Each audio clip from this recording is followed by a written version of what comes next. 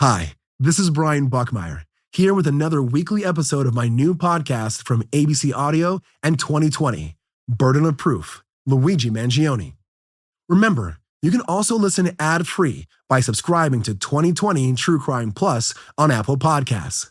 Click the link in the description to learn more. Now, here's the next episode of Burden of Proof, Luigi Mangione. It's December 10th, 2024. The country wakes up to major news in the killing of UnitedHealthcare CEO Brian Thompson. We're going to turn now to breaking news in the fast-moving investigation into the suspect in the killing of UnitedHealth CEO Brian Thompson. The day before, Luigi Mangione was detained in Pennsylvania on charges of weapon possession and forgery. Overnight, New York filed its own charges. The 26-year-old was charged with murder And other charges, including criminal possession of a weapon and criminal possession of a forged instrument. He pleaded not guilty to all state charges. Mangione was also eventually charged by federal prosecutors and faced stalking charges in that case. He initially pleaded not guilty, but, as you may have heard, on Friday, he pleaded guilty to 2 counts of stalking in connection with the killing of Brian Thompson and admitted to shooting him. After that plea, Mangione's attorneys filed a motion to dismiss his state charges, but as of Friday afternoon, Mangione's state murder trial is still scheduled to begin in September. He is scheduled to be sentenced in the federal case this December. We'll get into any developments on all that in later episodes. But for now, we're going to keep following this story as it unfolded. So, back to December 10th, 2024, when people were first learning about this case, when Mangione was first charged by the state of New York. With this new set of charges, Mangione is formally accused of killing Brian Thompson. He's no longer a person of interest. He's suspect number 1. And now, New York authorities want their suspect back, ASAP. So that afternoon, Mangione has an extradition hearing. It's the beginning of the process to transfer him to New York's custody so he can be tried there. A swarm of press has made it to Hollidaysburg, Pennsylvania, and waits outside the Blair County Courthouse. It's a massive, Gothic-style building with beautiful stonework and sculptures, and a 5-story clock tower that stands tall over neighboring buildings. In a narrow alley on the less ornate backside of the courthouse, dozens of camera crews stand waiting. A white Ford Explorer with sheriff on the side pulls up. Into a kind of back entrance Sallyport area. ABC's chief investigative correspondent, Aaron Katersky, was there. The press, already standing only a couple feet away from the police car, inches forward. Police officers crowd near the cruiser's back door as Luigi Mangione, shackled at the ankles and wrists, steps out. He's being brought into the Blair County Courthouse. He's in custody. He's in an orange jumpsuit, surrounded by correction officers, escorting him into court. And he sees all of the photographers and reporters who are gathered there to take pictures of this. And he screams out, and completely out of touch, and it's an insult to the intelligence of the American people and lived experience. An insult to the intelligence of the American people and their lived experience. And at that point, the officers kind of grab him a little more roughly and sort of shove him into the door.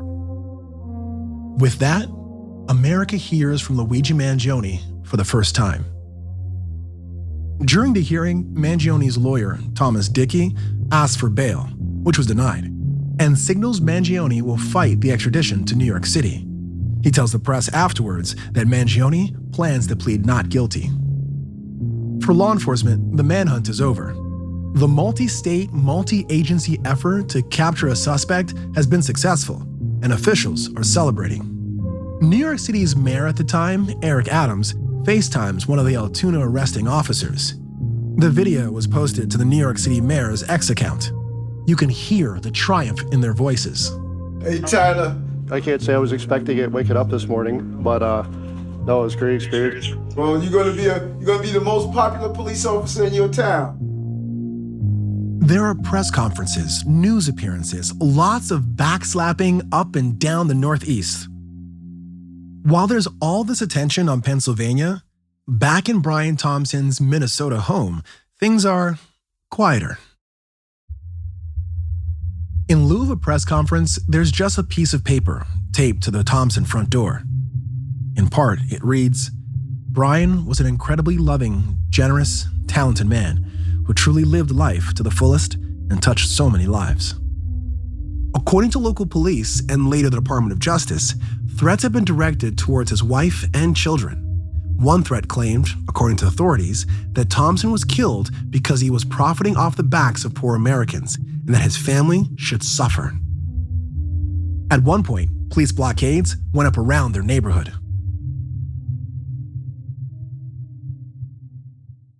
Brian Thompson's family, including his widow and mother, attended the hearing on Friday and sat in the front as Mangione pleaded guilty in federal court. Afterwards, the family put out a statement. Today's guilty plea marks an important step towards justice for Brian and for our family. While nothing will ease the pain of losing him, we are grateful that the federal justice system has held the person responsible for this heinous act accountable. We will continue to seek the justice Brian deserves.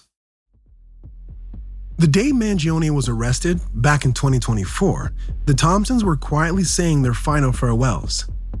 A local Lutheran church held the private funeral service. Even the church became the target of ire. Last Monday, we held the funeral for Brian Thompson, who is the CEO of UnitedHealthcare. Additionally, we've also received some anonymous messages from people expressing anger that we would hold a funeral like this. Here's a church leader speaking to the congregation in the days after Brian's service. We've acknowledged very publicly that the healthcare system needs reform and change. At the same time, acts of violence against anyone in that system or not are a violation of God's intention for humanity. God's justice is always restorative, never retributive. Death does not get the last word. As New York works to get their suspect back, the world fixates on trying to learn everything about Luigi Mangione. Less attention is paid to Brian Thompson. Less is said about him. Who was Brian Thompson? From ABC Audio in 2020, I'm Brian Buckmeyer, an attorney and ABC News legal analyst.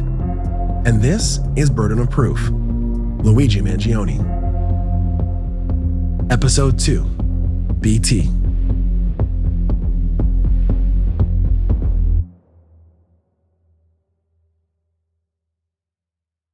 We have reached out to many people who knew Brian Thompson. Family, friends, co-workers, former classmates, former teachers, even the mayor of his hometown. The vast majority of these people did not return our requests for comment or decline to speak with us for this series. Brian had a public-facing role, but wasn't a household name or a talking head. Not the kind of business leader who was often on TV or profiled in glossy magazines. You can hear him in UnitedHealthcare's earnings calls, buttoned up and prepared for questions about profit margins and growth forecasts. Here he is during a call in October 2023. I think the key point is all of our businesses in UnitedHealthcare right now are really demonstrating innovation and market success at the same time. In a video posted by the Des Moines Register after Brian's death, you can hear Brian giving a presentation in 2022 about how UnitedHealthcare is using data to, quote, develop innovative customer solutions. The key to enabling a better consumer experience is to bring together all of the disparate single-point solutions and deliver a holistic, simpler experience in a way that ultimately improves people's health. 2 days after Brian was killed, UnitedHealth Group, the parent company of UnitedHealthcare, held a fireside chat for employees. Video of it was leaked to an independent journalist and posted on social media. In the leaked video, the UnitedHealth Group CEO at the time, Andrew Whitty, Brian Thompson's boss, spoke a bit about Brian's personality. Always somebody who could bring a smile to a room, somebody who had a wicked sense of humor and a sharp wit, and somebody who I am going to miss enormously. Some of Brian's colleagues told the Wall Street Journal that they remembered him chewing gum and cursing regularly, a casual, laid-back demeanor to match his humble Midwestern roots. In the fireside chat, Whitty also talked about Brian's legacy. And there is very few people in the history of the US healthcare industry who've had a bigger positive effect on American healthcare than Brian. A week after Brian's death, Whitty also wrote an op-ed for the New York Times. It included a peek into Brian's early life, long before he was CEO. Quote, he was raised in the same Iowa farmhouse as his mom. His dad spent more than 40 years unloading trucks at grain elevators. BT, as we knew him, worked farm jobs as a kid and fished at a gravel pit with his brother. Brian was born and raised near Jewell, Iowa, a town that even now has just around 1,000 people. His mom was a beautician, and his dad, according to his obituary, worked at a grain storage facility. The obituary also noted that Brian's parents were high school sweethearts. Brian went to the same high school as his parents. During high school, he is one of Iowa's winners in a national essay contest and got a free trip to Washington, D.C. His teacher told the New York Times, Brian was nervous because it was his first time flying in an airplane. The essay contest was covered by the local paper, the South Hamilton Record News. It asked students to reflect on how the United States should avoid or resolve international conflict. The paper also ran Brian's full essay. He wrote, "We can't put our world in jeopardy ever again by looking only inward without looking outward." Brian's high school class had just 50 students, and he graduated as valedictorian in 1993. People who knew him say he was an exceptionally bright student. If you look at his senior spotlight in the South Hamilton Record News, you'll see a black and white photo of Brian. He's wearing his class ring. His light brown hair is neatly parted, and his posture is perfectly straight. Following graduation, Brian plans to attend the University of Iowa and major in pre-law. This is Steve Parenti, an economist at the University of Minnesota. He crossed paths with Brian Thompson decades after his senior spotlight was published. We asked him to read the piece about Brian. Throughout his high school career, Brian has been in a number of activities. The sports he has participated in include basketball, baseball, and golf. He has also been a member of swing choir, jazz band, and concert band. In addition, Brian has participated in Hamilton Holidays and the Fall Play. Brian has been an all-state trombonist for the past 3 years. Also, Brian was recently named a State of Iowa Scholar. Brian is currently the president of the National Honor Society and president of the senior class. Wow. One of the most memorable moments was being elected to be the 1992 homecoming king. He has really enjoyed his years at South Hamilton, and he feels very fortunate to have spent the past 12 years with so many great classmates and teachers. Wow. By the time Steve met Brian in 2020, Brian had graduated from the University of Iowa with a degree in accounting, gotten married, become a father to 2 sons, and risen through the ranks of UnitedHealth Group for about 16 years, almost his entire career. Brian's life was not perfect. In 2017, he pleaded guilty to driving while impaired and was sentenced to 2 days in jail. He paid a fine and was required to complete a 1-day DWI program. When Brian was killed, he was living in a $1 million home in a Minneapolis suburb.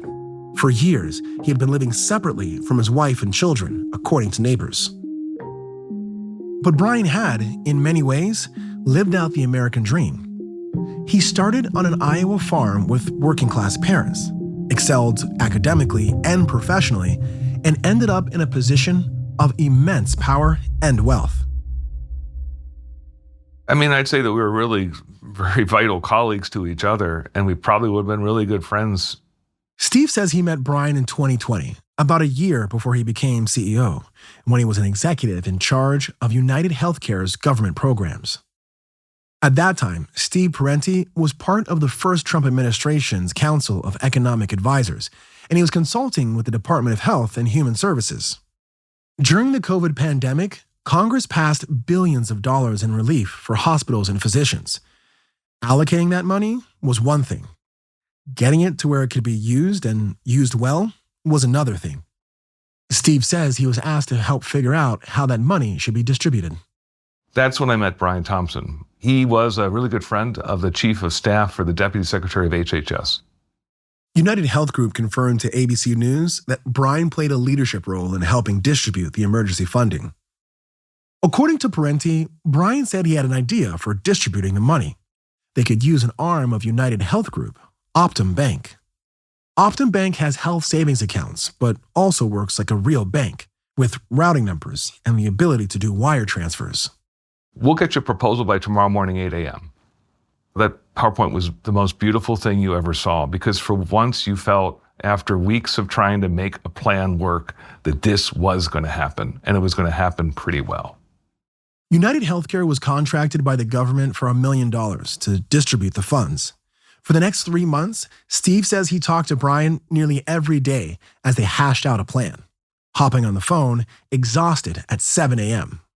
I like this whole experience to probably the closest an economist is going to have to working in a wartime situation, because the intensity of what you are doing is effectively a 20-hour day. And you are working with a whole variety of unknowns that you really have not anticipated. And you're working with people that you've never met before.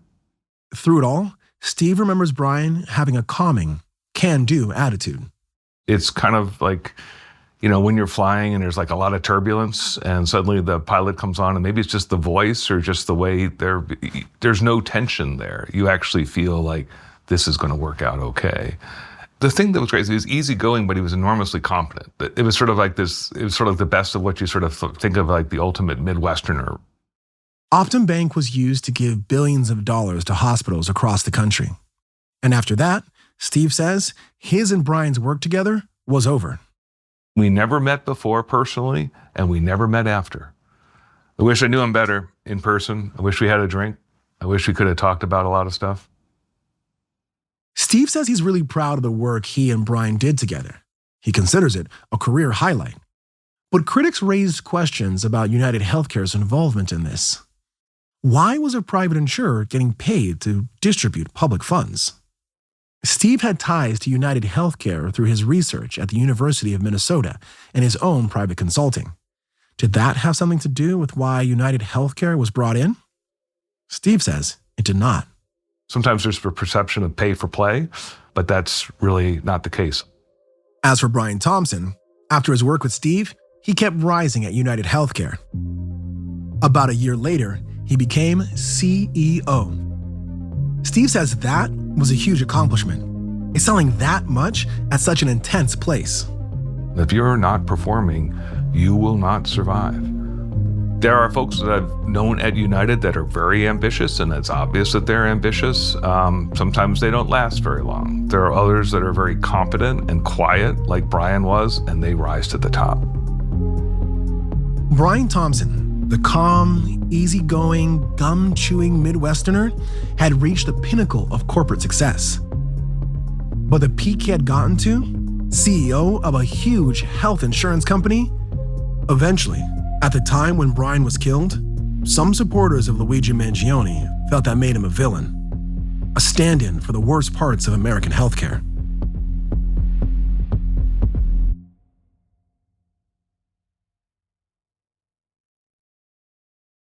When Altoona police searched Luigi Mangione's backpack, one of the items they discovered, according to prosecutors, was a red spiral notebook, which included several dated entries and a letter addressed to the feds. Prosecutors alleged this was all written by Luigi Mangione. According to the federal indictment, the writings in the notebook, quote, expressed hostility towards the health insurance industry and wealthy executives in particular. Prosecutors released photos of what they say are the writings. The handwriting in the letter to the feds is precise and orderly. The writer even numbered the pages and included instructions for flipping the page over. Back, in parentheses, with an arrow. In the letter, the writer criticizes the state of American healthcare and compares health insurance companies to the mafia. These mafioso have simply gotten too powerful, and they continue to abuse our country for immense profit. The writer mentions United Health Group specifically, saying that it is one of the largest companies in the US. So it's this massive, massive conglomerate and touches everybody in so many different ways. This is Wendell Potter. I am a former health insurance company executive. I was vice president of corporate communications at Cigna for several years, and that was my title when I resigned in 2008. He resigned after managing what he says was a major PR crisis. A teenager in California needed a liver transplant, but Cigna had denied coverage for it. It became a big story in the local media, and Cigna decided to reverse the decision. But it was too late. 5 hours after Cigna said it would cover her transplant, she passed away. I was really struggling to be a spokesman for the company, defending the company's decisions, and I turned in my notice. Cigna said in an email that, quote, "The world, healthcare, and our company have each evolved significantly since Mr. Potter worked here nearly 2 decades ago. We are continually working to improve support for patients and their care, and we remain committed to helping build a more sustainable healthcare model for America." Wendell spent 20 years working for health insurance companies. Today, he's a critic of the industry and writes a newsletter covering it. United Health Group comes up a lot. Wendell says the company's sheer size puts it in the spotlight. It makes up 15% of the entire U.S. health insurance market.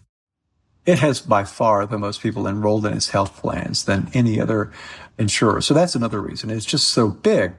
But it has grown as big as it is over the course of several years through just one acquisition after another. It has gobbled up a lot of other health insurance companies. In more recent years, it has ventured into and made more and more acquisitions in the healthcare delivery side. It owns hundreds of physician practices and clinics across the country. It has home health operations, even hospice operations. It has an enormous pharmacy benefit manager called Optum RX. In their statement to ABC News, United Health Group said, quote, "The U.S. health system remains deeply fragmented and too often leaves people to navigate disconnected benefits, care delivery, pharmacy, and administrative processes on their own. United Health Group's capabilities are designed to help make the system work better." Like other major health insurance companies, United Health Group has faced scrutiny over the last few years. There's an ongoing Department of Justice investigation into alleged Medicare fraud, which United Health has said they are complying and cooperating with. United also told ABC News that independent audits confirm that the company's Medicare practices are among the most accurate in the industry. There's also a lawsuit alleging insider trading by executives, including by Brian Thompson while he was UnitedHealthcare CEO. United has filed a motion to dismiss the lawsuit and said in a statement that, quote, "The company denies any allegations of wrongdoing and intends to defend the matter vigorously." And there's an ongoing class action lawsuit alleging that United Health Group used AI to wrongfully deny care to patients. United Health Group said, quote, "The company denies any allegations of wrongdoing and that medical necessity determinations are made by qualified physicians, not AI." Claim denials appear to be at the heart of a lot of the public criticism of United Healthcare. After the shooting, United Health Group put out a statement saying it pays 90% of claims upon submission. Wendell Potter says the other 10%, the claims that are sent for further review or denied, they can make a big difference to customers. That 10% is very, very significant. We asked United Health Group to characterize the 10% of claims that are sent for further review or denied. They said 0.5% are due to medical reasons. About half are because of administrative errors, and the remaining majority are because of factors like someone not having insurance coverage or duplicate claim submissions. They said when a claim is sent for further review because of an administrative error, they work to resolve it with a care provider. The summer before the shooting, people protested outside the UnitedHealthcare headquarters in Minnesota over claims denials. Activists targeted UnitedHealthcare in Minnesota with at least 2 protests, staging a sit-in, even carrying a mock coffin. Protesters accusing the company of greed and pointing out Brian Thompson's $10 million compensation package. That $10 million compensation package was a combination of salary and stock options, and it made Brian one of the highest paid executives in all of UnitedHealth Group. In 2023, the last full year he was CEO, UnitedHealthcare brought in $281 billion of revenue. In response to the protests and the claims made during them, UnitedHealth Group said, quote, "We understand people's frustration with the healthcare system and take those concerns seriously." The spring after Brian's death, UnitedHealth Group lowered its financial outlook for the year, and that May, Brian's boss, Andrew Whitty, resigned. Wendell didn't know Brian personally. But I would listen to their earnings reports on a regular basis, so I would hear his voice. Wendell says he talked to people who did know Brian, and they told him Brian was a nice guy who cared about patients. But Wendell says, as a CEO of a major corporation, Brian's duties would have been to his shareholders.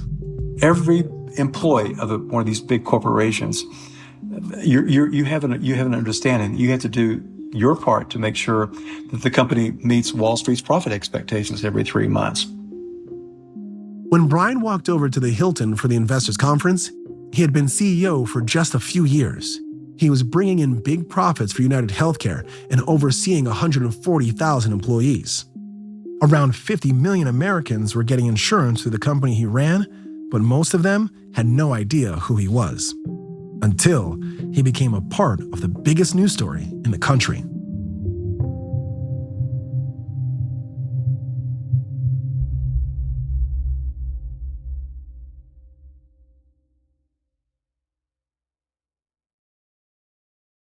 After Brian Thompson's murder, vitriol against healthcare companies was at a fever pitch. According to authorities, wanted posters and hit lists with photos of other CEOs and insurance executives circulated online. In response, some companies took down photos of their leadership from their websites and scrambled to ramp up private security for executives. At the UnitedHealthcare campus in Minnesota, fencing and layers of new security were put in place. During the leaked fireside chat, UnitedHealth Group CEO Andrew Whitty told employees that the company was working hard to make sure they felt safe in the face of all of this. He also told them to tune out the critical noise about their employer. It does not reflect reality. It is simply a sign of an era in which we live. As all of this continued to unfold, Steve Parenti wrote an article about his one-time colleague, Brian Thompson, for the Minnesota Star-Tribune. A lot of folks reached out to me from United that were personal friends, just said, "Thank you, we're happy you said this." Because I got the sense that they just felt like they just couldn't. United has had issues before, there have been protests, but nothing like this had ever happened before, where essentially the headquarters suddenly becomes this barricaded community, essentially. And I think there was a real anxiety amongst anybody there to say anything. At the time, many comments on videos and articles about Brian's death were unsympathetic. Some even suggested he deserved to be killed. Remember that op-ed UnitedHealth Group CEO at the time, Andrew Whitty, wrote for the New York Times, memorializing Brian Thompson and defending UnitedHealthcare's role in the medical system?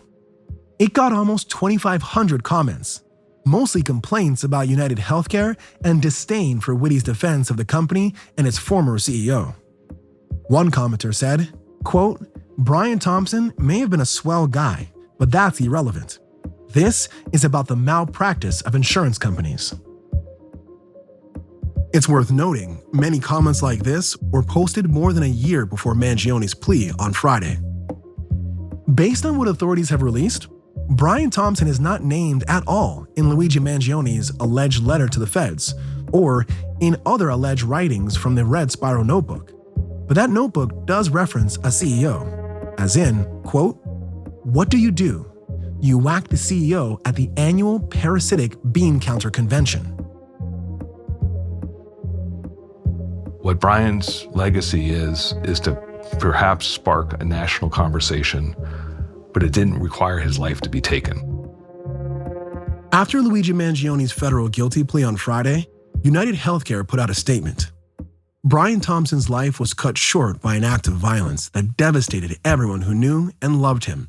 We are grateful to law enforcement for bringing Brian's murderer to justice, and our thoughts remain with Brian's family and loved ones during this difficult time. Brian ended up on that Midtown street, heading to an investors conference because he was a top performer. He'd been a top performer his whole life, all the way from Jewel, Iowa to the C-suite of a Fortune 500 company. But as the weeks go by in December 2024, Brian Thompson fades more and more out of view. All eyes are on the man accused of killing him. Less than a week before Christmas, Luigi Mangione waives extradition. He agrees to be prosecuted in New York. So he's flown from Pennsylvania to New York City, first in a plane and then in a helicopter. The helicopter lands in downtown Manhattan by Wall Street on a dock along the East River. It was positively cinematic. That's ABC News' Aaron Katersky. There's Luigi Mangione departing a helicopter that had landed in Lower Manhattan, and he is surrounded by a cordon of officers. Over a dozen officers, some in bulletproof vests, some wearing black helmets and holding automatic rifles. The mayor at the time, Eric Adams, the police commissioner, Jessica Tisch, are seen almost like bobbleheads in the crowd of officers and officials who are around Mangione as he's escorted in handcuffs down the long wooden dock to a waiting car to drive him to court. Mangione is clean-shaven and wearing a bright orange Department of Correction jumpsuit. He's expressionless during the entire slow, long walk down the dock. Right away, this scene, this cinema, brings even more attention to Mangione. Photos circulate of Luigi Mangione with his head bowed in the center of all the officers. A pop of orange in a sea of dark uniforms and sunglasses. On social media, some users at the time post that Mangione is iconic. Some compare the scene to a shot from a superhero movie. Others say they feel sympathy for him. Later, his defense attorneys describe this perp walk as befitting a captured cartel chief or comic book villain, and claim Mangione was treated like an orange-clad, shackled trophy. Mangione has pleaded not guilty in his state murder case. Basically, as Luigi Mangione arrives in New York, the fascination with him only grows. He's become sort of a celebrity, a part of culture. But like Brian Thompson, he was once just a high school valedictorian, a top performer, well-liked and full of promise. So how did he wind up here, shackled and surrounded by police, with the eyes of the world focused on him?